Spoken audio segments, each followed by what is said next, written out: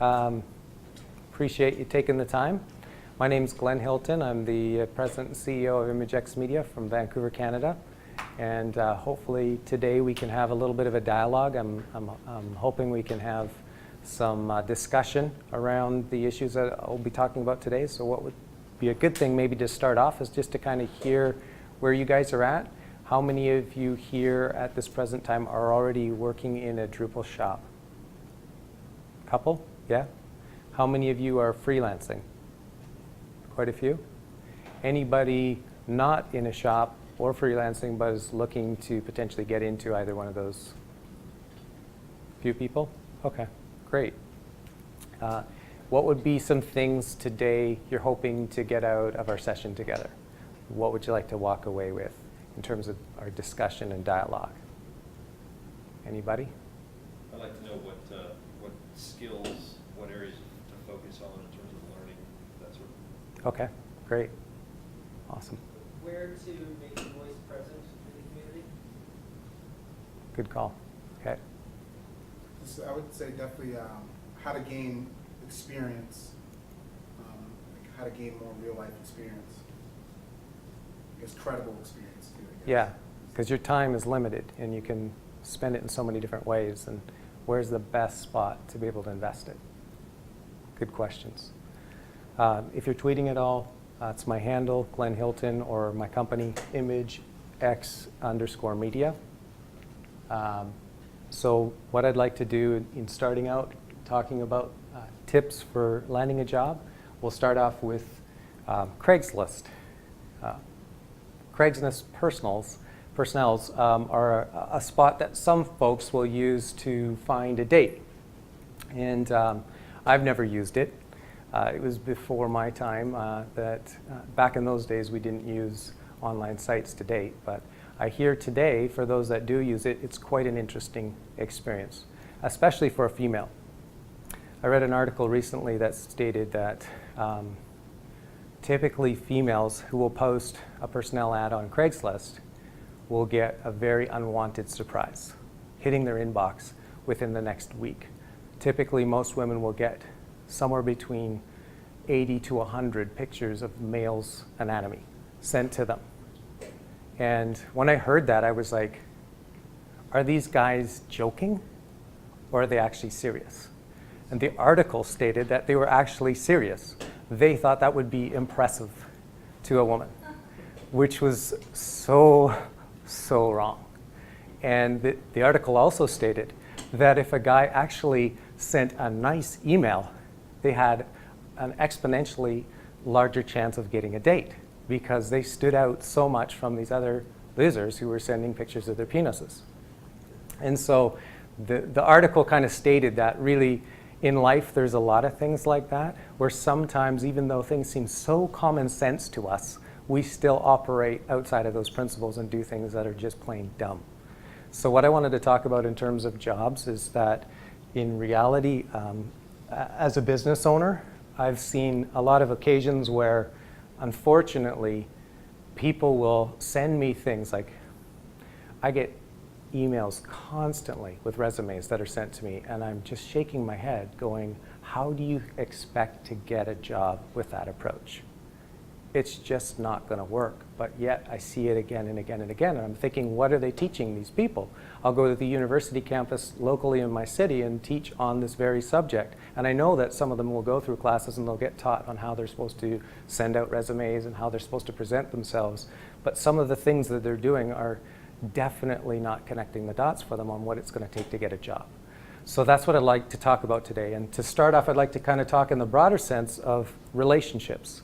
Kind of the way I view relationships is I refer to the analogy of building chips. And when I look at relationships, I often see that when you first get to know somebody or you first meet somebody, you may have an impression of that person before you ever even talk to them. You may know things of them before you ever have a chance to interact with them in any way. And that impression, unfortunately, we as humans, we tend to judge, right? What are some of the areas that come to mind when you think of the judgment calls people will make about us? Just off the top of your head. What are some things that we as humans will do to judge somebody else and think that they're either here or they're here in our estimation? Where we're from, how we dress, what our hair looks like, what our color of skin is. What are some other things? Our grammar, our sexual orientation. What are some other things we'll evaluate people on? Accent. Our accent. How about our knowledge? Whether we think the person's smart or dumb. What are some other things? What are things you've been judged on in the past as people look at you, evaluate you? Think back to high school. Who you hang out with. Who you hang out with? Age. Age. Yeah. So in reality, in relationships, we have all of these things where people are evaluating us. And the concept of building chips for me is just kind of like thinking about the fact that before I meet somebody, I will either have accrued some chips with them, or I might even be at a negative with them. And if I'm at a negative with them, I have a much harder job to be able to get to the place where I'm in a positive spot. And unfortunately, in life, a lot of our relationships are about the value that we place on other people. Are you worth my time? We make a quick judgment to say, do I want to talk to that person? Man, I've got a lot of relationships. I've got all these people on Facebook. I can hardly keep up with all those people. Got all these people on Twitter. And I have to get to know you too. Sorry, you're not worth it. And then we move on to the next person. So when it comes to jobs, in reality, what we're really trying to do is create a sense of value for ourselves, to build up enough chips so that instead of us having to grovel into an office somewhere of somebody and say, would you give me a job, please? Instead, we're creating this value that's saying, excuse me, I would actually like to hire you. How much would you like? That's what we're trying to do. But reality is it's not always that case, right? So how do we go about doing that? If I looked at other aspects of life, we obviously can think of different realms where there is, I'm not sure, how many of you are familiar with the sport of hockey? Yeah. In hockey, who knows what plus minus means? Defense, offense, who's goals against versus goals for. Right.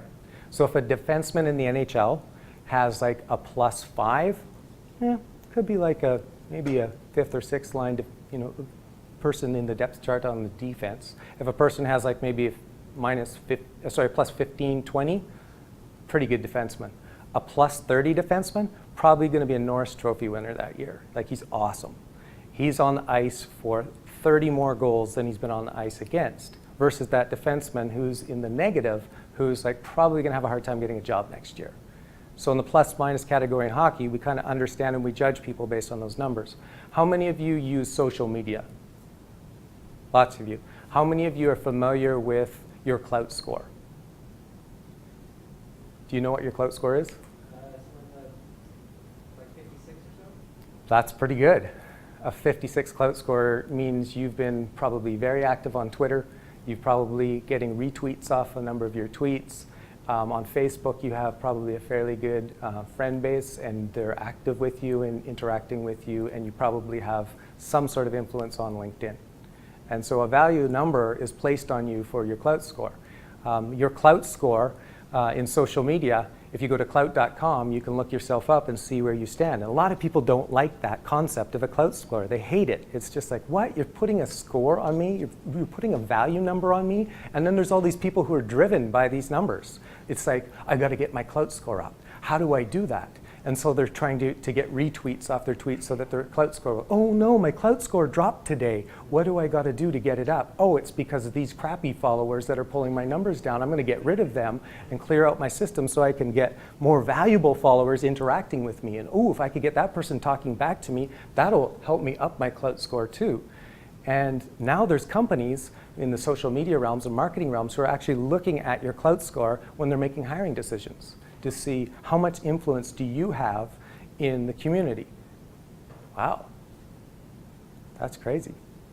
So the concept of building chips, in my mind, is a little different than that clout score. It's how can you in real life relationships, increase your value level so that, again, as I said as we were opening this discussion, so that you can present yourself in a way that people will pursue you. When I look at all of my business relationships around me, I'm continually looking for ways to begin to build those chips, to add to my bank account, to create value for my company, to create value for myself, so that I will find in time that it will help me to accomplish the goals I have in my company. So some people will say to me, why do you spend so much time on social media? How has that helped you? What jobs has that brought to you as a business owner? And I'll say, well, it's brought me a couple. I mean, Warner Brother Records, I saw a tweet they were putting out. They were looking for some Drupal people. We responded to the tweet. We got to work with them. We started to do jobs from that. Why? Well, I happened to have a very large following on Twitter. I had connected to a number of different people. It gave me an opportunity that maybe wouldn't have gotten otherwise. But that's just a small case. There's very few jobs we've actually gotten directly out of my sending tweets. However, when I look at, let's say, the interactions I'll have in the design community in my city or in the development realm, I'd say 2, 3, 4 years ago, before I was active in social media, I would contact some individual and I'd get nothing back from them. Contact them again, nothing. I just was completely invisible to them. I was just an email. However, that's really different now. If I contact somebody, I'll usually get a call back within 5 minutes to 10 minutes from them, wanting to get together, have a coffee, sit down. They're happy I'm contacting them. What's changed? What's changed is I've been able to brand myself.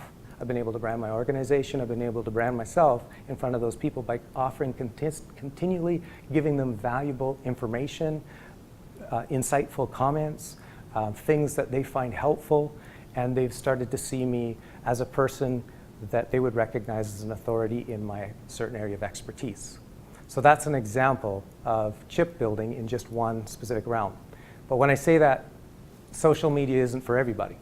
That may not be your path or your way to begin to build your personal brand.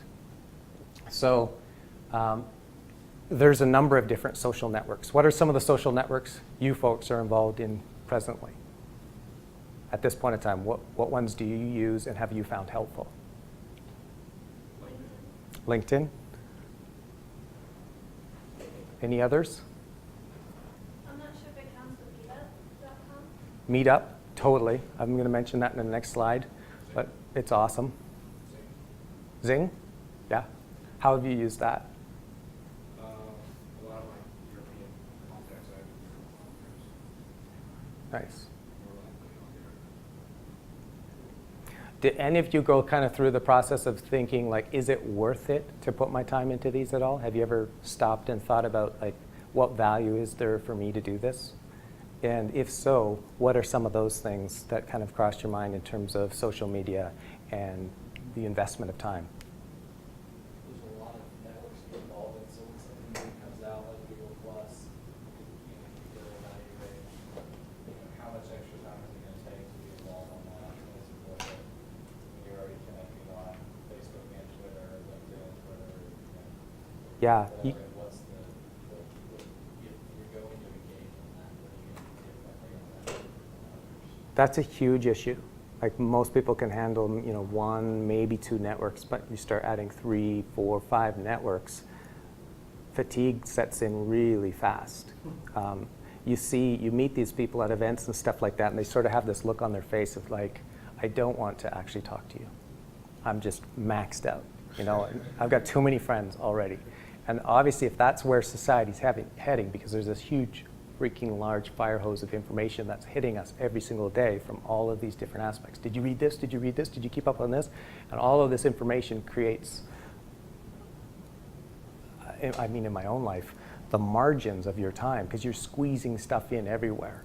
I've heard it used the term that social media is a little bit like the grout you put between the tiles in your bathroom, where it fills in the cracks in your life, and as soon as you have a little bit of time, you're sitting in the car and you're sending the latest tweet out. But after a while, that maxes you out. So there is some definite downsides to it, and I think all of us as a society will probably adjust somewhat in time. But on the whole, from what I've seen, there's been some tremendous advantages to it. So I think you kind of got to find your spot, if it's Google Plus or if it's Zing or LinkedIn, to find your spot there and really pour your time into that and to do your due diligence to be able to start to stand out, to show your expertise. So we can come back more to the social media. The second thing, you mentioned Meetup a moment ago, but I'd say physically, for me, social media, my strategy is to actually get everybody to in-person, like to get my online, offline. Because interacting with somebody over Twitter with 140 character tweets, I'm not going to get to know them very well. But when I can move that to actual in-person meetings with them, to come to events and conferences like this and to talk to them, to go out with them, to have a beer with them, it's huge. Meetups are awesome. I had 3 meetups up in my local city, and it's been a fantastic way for me to start to interact and connect with my peers. And I always encourage people who are looking for jobs is find those areas that you specialize in and go and start to attend those events and become known in that community with those people. And they say the luckiest people in the world are the people with the most friends. And if you are in there and you're connecting with these people, the likelihood of you getting that opportunity you're looking for is way higher. What are some of the other things that you try to do to be able to get out and to get to know people and to get in front of, say, some of the agencies that you're identifying that you'd like to work with? Well, it may be representative there with the group, user groups. Yes, they're huge, right? Yeah. And what do you find helpful in terms of those groups for you? Well, we run one in Nashville, and there aren't that many. I mean, I'd say there's only, say, half a dozen to 8 people that are regular. Well, the faces change week to week. I put it in analytics terms, it's like we have probably about 15 unique visitors, but about 6 or 7 returns a week. And what's really good about it is it's sort of like 2 hours of show and tell. You know, I mean, and it's not always been that. I mean, it's just it's casual but productive. And we've had good question and answer things. I mean, we basically have kept it. Generally we say it's bring your own agenda. Right. And you see growth in other people. I mean, it's like visible when you remember that this person sitting across from the table didn't know that 8 weeks ago. You know what I mean, it's like you're watching people get smarter. Right. And so I think it's really valuable. Totally. So when you look at that, what's your strategy in, say, a group like that, when it's the show and tell, it's the opportunity to interact with these people to be able to build chips? What would you say would be some key things you could do to begin that? Because if I'm going to look at relationships again and see these people in front of me, and sometimes when I look at all of these individuals, I might think, well, I think I could get a job through you. Well, I think I should know you because you're important, but maybe not you and you and you. How do you know that? How do you know that you and you and you won't be absolutely critical, important people to you in the future? Why don't you take the time and get to know them? It may surprise you. And you got a group like this, you have these opportunities, take advantage of building relationships, get to know those people, let them see who you are. They say in sales, people like to do business with people they like and people who are like them. That principle carries through everywhere. If you have that around you, your chance of getting a job just went up exponentially because people are looking out for you to help you. Well, it's a great way to get references without begging. Yes. I mean, you hear people say, hey, I know somebody who's hired, they should hire you, and I'm going to tell them. Yeah. The show and tell aspect in terms of building chips is absolutely huge. Every time you open your mouth, you have an opportunity to either say something to add value or to say something that's neutral or to say something that's going to be a waste of people's time. You've been in a room before where somebody's saying something that's a waste of people's time, right? It's like, oh my gosh, are you going to actually speak again? Are you going to say something again that's going to repeat what everybody else just said? Or are you going to tell us your own story again and we're going to have to sit through that? We have an individual like that in one of our meetups that I can see people's eyes rolling as that happens. Take that to the social media space and it's kind of like dump. Every day, it's about me. I'm going to share in my tweets about me and my Facebook status about what I just ate, and so on and so forth. Here's where I checked into Foursquare. Who cares, right? So if you're doing that, you can actually take away the chips and remove the value. But if you're bringing the value, you have that opportunity to show and tell, and it's like, here's something we're working on, and here's how we went about it and did it. Look at this morning at Ryan, what he shared with us. How much value was there, right? Everybody's like, oh, that's sweet. It can update the price just like that. That's awesome. You created that? That's cool. How much value does that create for him by doing that? When you come in and I see an opportunity where a new young developer comes into our meetup and starts to share something that they're working on building, all of a sudden their value just went up like that. Boom. Can you do a presentation on that? That was sweet. That's awesome what you're building. Actually, we need that in our company. Can we talk to you afterwards? That's where you get the opportunity to show off what you're really good at, is in those events. Next, show off your work. So if you're on the design side, that might be your portfolio, getting your best pieces, putting those forward. If it's in the development side, it might be some of the names of the companies or the organizations that you've had an opportunity to work with. Maybe you haven't had an opportunity to work with any household names, but you actually go and you look for certain RFPs that are put out there, or you look for things on Drupal.org where you could go and maybe you're just getting out and started, but you'll offer your services even on volunteer for free just to get that name in your portfolio. And that's going to help you hugely, because people want to see that you've worked with something that's established, something that they recognize. Ooh, you did work for NBC? Oh, that's awesome. Cool. Okay, let's talk. Other things, how can we show off our work? What are some things you guys have done? What's that? Yes, totally. And that leads into, this will work, my next point, contributing to the community. Participating in forums, helping with sprints, building something and submitting it. In the Drupal community, you're adding so much value when you're doing that. And I find that if I'm looking at all the resumes that are coming in, name, resume, same thing, boom, I've seen this guy's name before. Where? Oh, I've seen him, he's been like active in the community. He just went up way higher than all of the other guys that I'm looking at, because I'm actually looking to hire people that are active in the community, people that are contributing, people who understand what open source is all about. Those are the people that are going to really stand out. What are some other ways that we can contribute? It's not just coding something. How else can we give back? Documentation. Documentation? Yeah. You say the same thing? Yeah. In sync? Nice. Testing? Doing a video cast for a feature or announcing of some sort. Yeah. Cool. What are some things that you guys have done personally to get involved in the community? IRC, which has its own karma, like Yeah. cloud. Nice. And have you found that's helped you? Oh, vastly. In what- Watching what other people have problems with, like in the newbie channel, I'll run into things that I've never had to solve for myself, but all of a sudden I'll understand how to solve it or have to go figure it out for someone. Getting help from other people, working in the trip channel, watching web check commanders go off on whatever's going on. And have you ever had any times where you sat there and go, why am I doing all of this? It's like so much work. It's like sometimes people can be unthankful. Sometimes people can be harsh. Have you ever hit that point? IRC channels are just a problem. Yeah. You don't have to sit, but occasionally when people ask unvaluable questions, What keeps you going? it's interesting, the in-between points, the solving the problems, not having to do it on a payroll, so that you can just work on it and it's a hobby, interesting thing. Nice. Cool. That's great. Good story. Anybody else on that one? Okay, let's move on.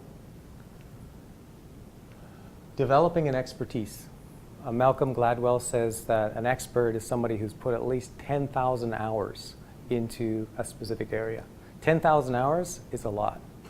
I've been a Vancouver Canucks fan for 30 years coming up next June. 30 years of my life I have been passionate about that team. I added it up recently. about 5,400 hours of time that I've put into going to games, listening to them on the radio, pulling up RSS feeds to read up on them, getting on the newspaper. If I'm in another country, I'm like searching out the newspaper to try to find out what the score is, but because they hate hockey in that area, it's like a crappy little score that I have to actually do math to figure out what the actual game score was, just based off the points structure of the NHL. And I am like very passionate, but that's only 5,400 hours. So I'm only halfway to be an expert on the Canucks over 30 years. So as you started kind of like adding up the numbers of what it takes to really, really stand out in an area, that is what will elevate you way higher. If you're just, I mean, it's great to be a generalist, but generalists probably aren't going to necessarily get the pay scale of somebody who's very specialized in one realm. The tough part about being specialized is we all face fear. We face this fear of, what if I make the wrong decision? If I go down the wrong path? I put all of this time investment into this. And there's a lot of different realms that we could go down the wrong path. What if I put my time into this technology and then it sucks? And then something else comes up and replaces it? What if it's a social network and it goes nowhere and I've put hundreds of hours into it? And so those kind of things can stall us out. Or maybe I won't enjoy it to the degree I thought it would. What are some of the other things that can hold us back from deciding on a path to say, I really want to become a specialist or an expert in an area?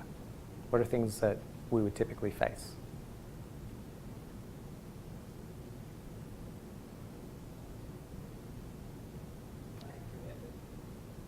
Yeah.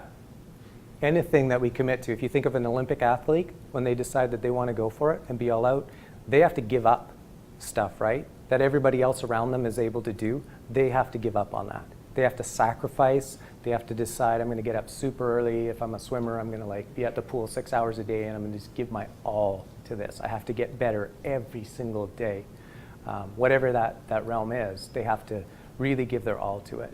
So if you're working in a full-time job at this point in time, but you're not really feeling like that's where you want to go with your career, and you know you want to do something else, but you know that after hours, it's going to cost you late into the evenings. It's going to cost you on the weekends. You're trying to start up a freelance business on the side or whatever it is. That's a lot of sacrifice. Something else has to be given up to do that, right? So that expert thing of really pouring your time in, it's a huge time commitment. So that's a good call. Anything else? Running out of power. What? And I'm a Bruins fan. You're a Bruins fan? What?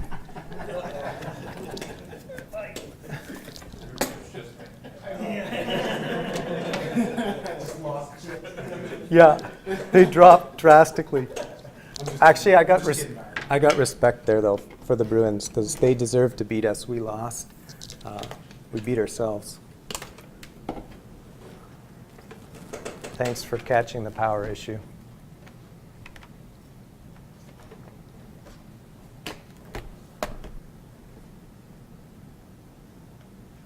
Okay, back to play.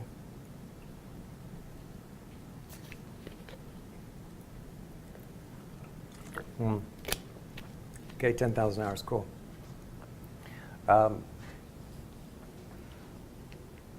Let's move on. Okay, so entering competitions, submitting to galleries, that type of thing. I think that's a great way to, you may not be a marketer by nature, but really marketing yourself and branding yourself is a key and important way to help build those chips to raise the value. I'll use an example. Our kid in our community in high school decided to start to join web design competitions. And he began to join them locally, and then he went up to our provincial level, and then he went to national level, and then he went to world level. And that's when I noticed him in the newspaper, local White Rock, South Surrey, that's a suburb of Vancouver. Joel Kitching wins silver medal at world web design competitions. Bam, he's on my radar. I'm calling him up the next week, come out to see me, show the firm to him, offer him an interning job, and I have interned with him for the last couple of summers. I had him at our company. He's going to be entering his last year. He's actually just started his last year at UBC, and he's a student I've had in my radar for quite some time because he went out and took the extra time to begin to start to compete at a very specialized level and really excelled. And the guy, like I watch him working, the way he can type on that keyboard, unbelievable, like so fast. He doesn't even use the standard keyboard. He uses like that Dvorak weird one where the keys are all doing different things. And when I ask him to search, I say, just like do a Google search for me on such and such a term. And he knows how to find anything so fast. And I'm just really impressed with his initiative, his resourcefulness. Like, this kid's on the ball. He got in front of me because he took the extra time to go and show off his skills and to hone those skills. So I think there's a lot of different ways that we can do that, but what's some things that will come to mind for you folks, or things that you've done to try to get in front of people, whether it be gallery submissions if you're on the design side or on the development side? What are some ways that you can show off your abilities?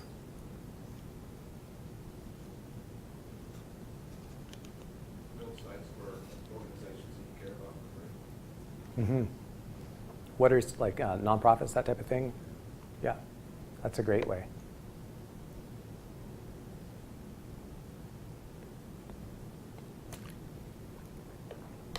Okay, let's move on.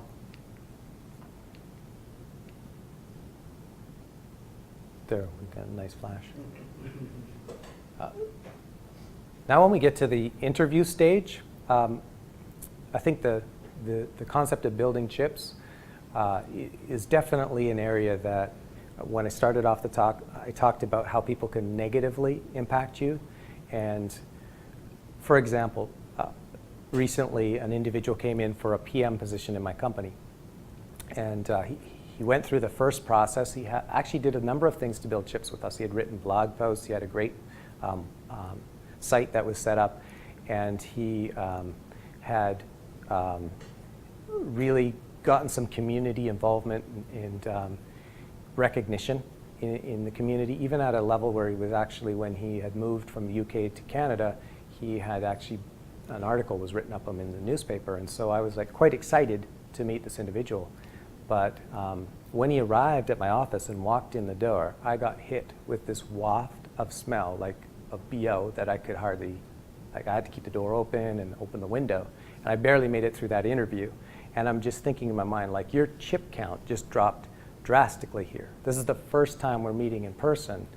And a personal hygiene issue is a very large concern for me with my clients, because you're going to be interfacing with them all the time. When we have in-person meetings, when I'm sending you, flying you off to a city to sit down and meet with clients, if that's the first impression I get, what's that going to mean for my company with my clients? So even though he had all of these other things that made a lot of sense to me that he might be the right guy, that for me was, bam, the chips just dropped.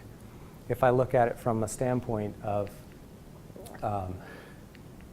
what I see at times in terms of resumes or cover letters that are coming to me, the first thing that's an obvious one is when I'll see that someone hasn't even read what I've asked for.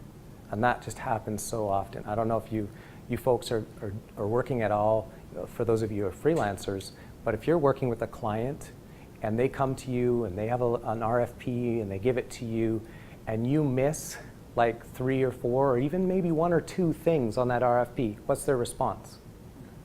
You're out. You're gone. Like, you did not pay attention to those details. And it's the same thing if you're coming into a job situation and you've covered 2 of the 3 things, but maybe you didn't feel like doing the 3rd and you just felt you're like going to pitch it in anyways. For me, I'm just going to look at that and it's like, bam, next one. Some people might think that's harsh. Some people think, you know, why can't you approach this more on a kind of like, some guys will say, they'll call to me and say, can we just get together for a coffee and talk? No, sorry, we have a process, and we have the process there for a reason. And this process is to help save you time and to save us time. And if you'll operate by the process that that organization has put out for you, there's a rationale and reason behind that. And that can be helpful for you to be able to know if it's a right fit for you, because you're assessing them just as much as they're assessing you, right? You're trying to see, is this company going to be a fit for me? And the chips that they've built with you have brought you to the place to say, I want to actually work for you, but they may also, at the same time, through that process, be a company that you realize isn't right. And that's where I'll notice where someone who's actually prepared themselves and come in and brought a list of questions with them. That person to me will stand out so much more than the individual who's kind of just ready to take the job as it is. Because the person who's really sussed this out and tried to figure out if we're the right company for them is this sort of intellectual acumen you're looking for when you're looking for someone that has the right attitude, for somebody that has the passion, for somebody that has the internal fortitude to be able to look at your situation and go, this is somewhere where I want to invest a significant portion of my time throughout the week. And I think this is going to be a good fit for me. So when you come prepared and you really take the time, it makes a significant difference. And also on your communication process, as you're looking at, here's an example of a recent cover letter sent to me. First 3 words, hello, Mr. Haddon. Wow. Well, actually, that's not my name. So I'm not sure who you sent this form letter to, but Mr. Haddon, who was before me, he must have been a good guy. That right off the bat was for me a no, even though there was some really substantial good stuff that was in there. And what I usually find in those kind of situations is that individuals are probably have a long list of companies that they're looking at, and they want a job, and so they're putting together a letter and they're pasting in stuff into different portions of the letter, and then they're sending it out, which to me is not a really good approach. It's kind of, you might get something, you might not. You're not sure you want to really invest too much time on any one company, because what if they don't need to hire right now? Or you could look at it and say, I'm going to identify 5 companies that I would really, really like to work for. And I'm going to observe that company for a period of time before I even approach them. And then when I do approach them, I'm going to have a lot of information, a lot of good questions, and I'm also going to do a whole lot of work ahead of time to build up my rapport with those people, so that when I get to that spot, I have a much, much better opportunity to get that position. Once we get in the interviews, I think also not all of us are necessarily awesome at interviewing. And it can be a little bit of a tendency to overtalk. And I think that can often work against us if we're not careful in that regard. So usually it's good. You may actually want to approach some of those jobs you're not necessarily wanting as much in the early stages, just to get some opportunity to learn how to do a better interview. And if you think about it in other realms of when you've had chances to do a pitch with an organization that you wanted to land a contract with on a freelance basis, maybe the first 2 or 3 times you botched it up, right? And you're like, what did I do wrong? And usually if you'll follow up afterwards and ask, you'll get some good feedback. One of the first jobs, the first big jobs, I had an opportunity to work for Jimmy Pattison. Jimmy Pattison is like 3rd richest man in Canada, multi-billionaire, 200-foot yacht, and really big name in the Vancouver area. And so I probably put about 50 hours of work into preparing a proposal and a mock-up demo and everything that I was going to do for Pattison and his team.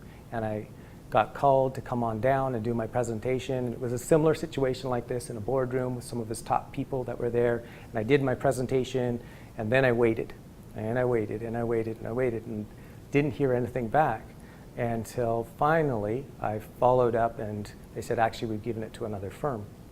So I said, okay, well, we put about 50 hours of work into this, and I would really appreciate it if you could honestly tell me what we could have done better to get your business. So he said, sure, I'll tell you. He said, the other firm came in and he sliced and diced everything we had done with our website.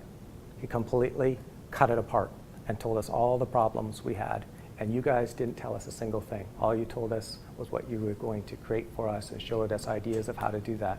And that was the difference. And I was like, wow, I'm not going to do that again. And so I think that worked the other way around. You would think Go so. into a company and say your site sucks, you know what I mean? That's the person who was in charge of it is sitting at the table. Right. I mean, Right. That's an interesting concept because it showed that they knew exactly what they were Yeah. talking about. What I found, and that taught me on the sales process side of things, is that oftentimes I'm wanting to say what I think the client wants to hear or show them what I think they want to see, rather than actually being able to go deeper than that. And what I started to learn out of that is the reason they were coming to me as a firm is because they had a point of pain.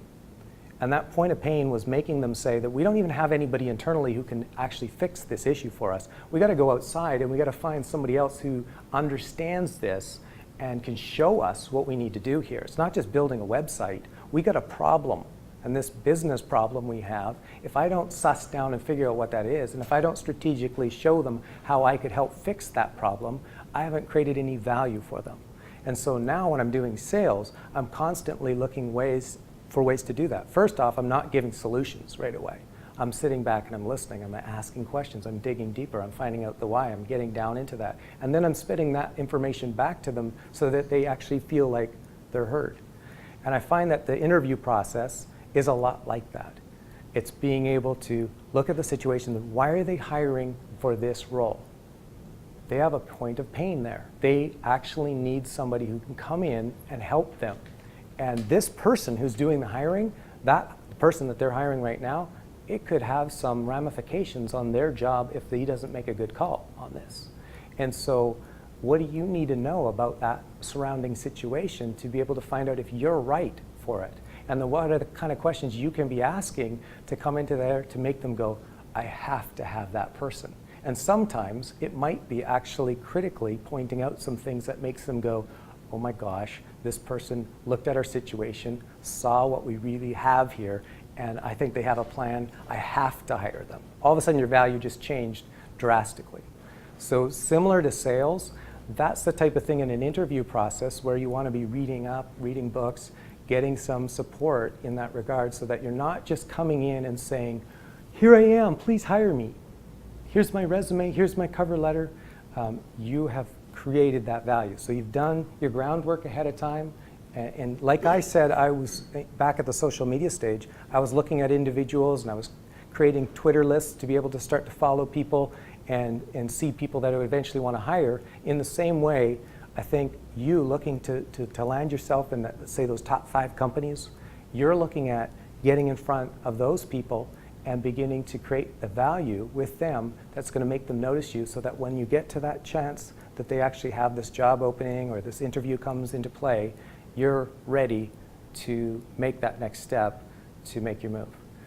Better yet, if you can make contact with people that work within that organization, they might not be in a powerful position, but they probably know what the challenges are. Mm-hmm. And if you come into the interview with that background information, you're ahead of the game. Yeah. Cool.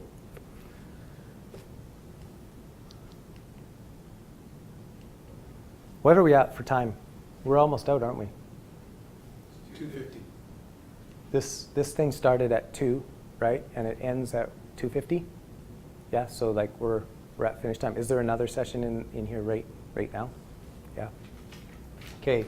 I'm not going to even get to the next section of the talk because it's just not going to happen. But one other thing I want to throw out, especially if you're a freelancer and you've decided, and sometimes freelancers will go for a period of time where they'll build up a portfolio, but their intent is, I eventually would like to get a job in a really good, stable web agency. And so I'm doing freelance, but it's kind of the short term, and then I'm planning to move into that role next. And if that's the case, that's awesome. But what you might want to do is, and one of the things I've thrown out there to some of the freelancers who've come to me is maybe we're not ready at that point of time to hire them, but I really like what I'm seeing from them. But a freelancer could maybe come to me and say, hey, look, I bet you get leads all the time that you aren't able to do. If you send those to me, I will work on those jobs, and I will, at the end of those projects, I will send you a report of how that project went and everything I did with that client. And I'm going to also have the client fill out a satisfaction survey, and I'm going to send that to you too so you can see where that went. And I'll do that for each of the projects you send me, and I'm going to consistently follow up with you. And that is super impressive when you see that, because maybe you're like, I'm just a little hesitant. I don't maybe feel like you got quite enough education, or I'm just not sure you have enough experience in this realm yet to hire you. But that is now starting to put me into a place where, wow, you're going to actually follow through on this, and you're going to send me this information, and I'm going to be able to see that you are doing stable, good work. And I could even follow up with some of those clients to see. So that's one way, if maybe the job doesn't come through, but you really would like to work with that firm, to kind of pitch it to them to say, hey, look, here's what I think I could do to help you show on my side what kind of valuable work I can do. So